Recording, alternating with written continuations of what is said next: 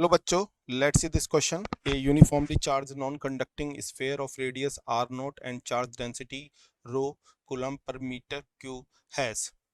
तो यहाँ पर हमें समझना होगा, ऑप्शंस दिए गए हैं कि हमारा कौन सा आंसर सही है। तो हम सबसे पहले गॉसियन सरफेस के अकॉर्डिंग यहाँ पर डायग्राम के अकॉर्डिंग वर्क करते हैं। सपोज देखते हैं कि using E dot D A equal to, हम जानते हैं कितना होता है sir, that is equal to Q enclosed divided by epsilon naught के बराबर होता है। तो यहाँ से अगर मैं इस केस में ध्यान से देखो, एक स्फेरिकल सरफेस बना लूँ, ये एक गॉसियन स्फेरिकल सरफेस मैंने बना ली इसकी सराउंडिंग में, और उसका मैंने रेडियस मान लिया है r, और यहाँ पे मैंने एक पार्शियल एलिमेंट कट कर लिया जिसका हमने एरिया मान लिया, एरिया वेक्टर है dA, और इस पे जो इलेक्ट्रिक फील्ड जा रहा होगा वो भी रेडियल डायरेक्शन में होगा E। तो अब यहाँ से अगर हम फॉर एन आउटसाइड पॉइंट देखें तो E पैरेलल टू DA है। तो यहाँ से मैं बोल सकता हूँ E dot DA equal to become बन जाएगा EDA, क्योंकि हमारा जो cos थीटा है वो कितना आ रहा है, cos थीटा इजकल टू 1 हो जाएगा।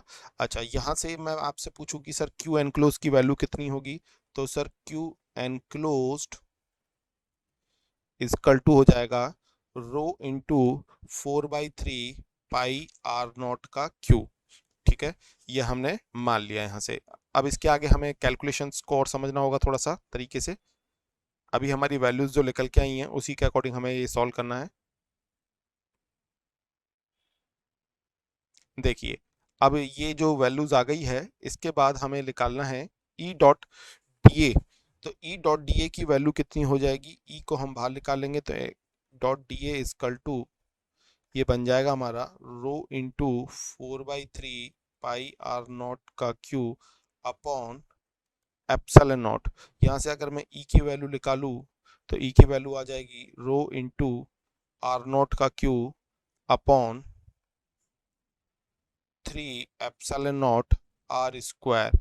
यहाँ पे जो ये ई हमने कैलकुलेट किया है, यहाँ पे r is greater than r naught हमने कंसीडर किया है। तो पहला पॉइंट हमारा यहाँ पे कैलकुलेट हो चुका है। अब हम अगर इनसाइड पॉइंट के लिए बात करें, फॉर इनसाइड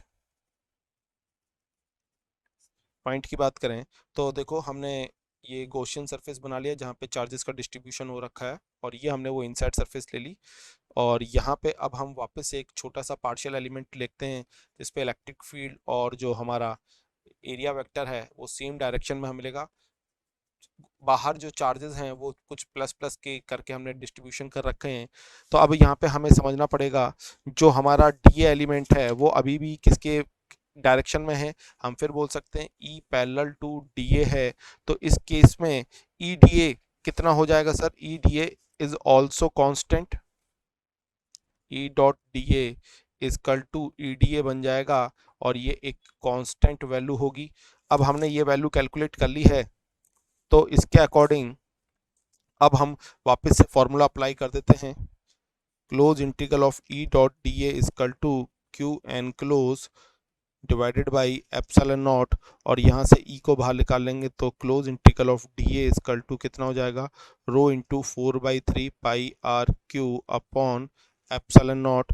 और सर क्लोज इंटीग्रल कितना होगा, 4 पाई r स्क्वायर के बराबर, सारी वैल्यू एज इट इज रखते हैं, rho into 4/3 pi R Q upon epsilon naught. यहाँ से अगर मैं वैल्यू कैलकुलेट करूँ तो सर ई इनसाइड जो हमारा निकल के आया वो आ जाएगा rho into R upon 3 epsilon naught at R equal to R naught. तो R equal to R naught कर देंगे तो ई सरफेस हमारा हो जाएगा rho into are naught upon 3 epsilon naught. तो इसके अकॉर्डिंग हम जरा अपने ऑप्शंस को देखें तो कौन से ऑप्शंस मैच कर रहे हैं। Option A and B is completely match with our answers. So final answer is option A and B. Best of luck.